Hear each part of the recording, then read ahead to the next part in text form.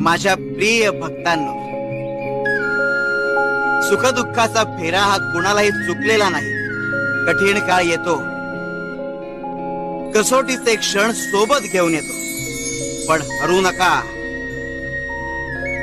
खचून जाऊ नका, प्रयत्नात कसूर करू नका आणि कर्माला चुकू नका. स्वच्छ नियत आणि अखंड विश्वास ठेवा आणि अनन्य भावाने आमचे चिंतन करा.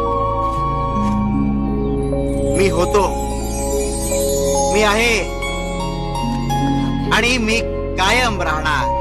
पावला पावलावर मी तुमची चिंता वाहणार. अंधारात मी प्रकाशाचा किरण होऊन येणार. प्रलयावरही मात करी जो गुरुचरणांशी पाहे. भिऊ नकोस, मी तुझ्या पाठीशी आहे.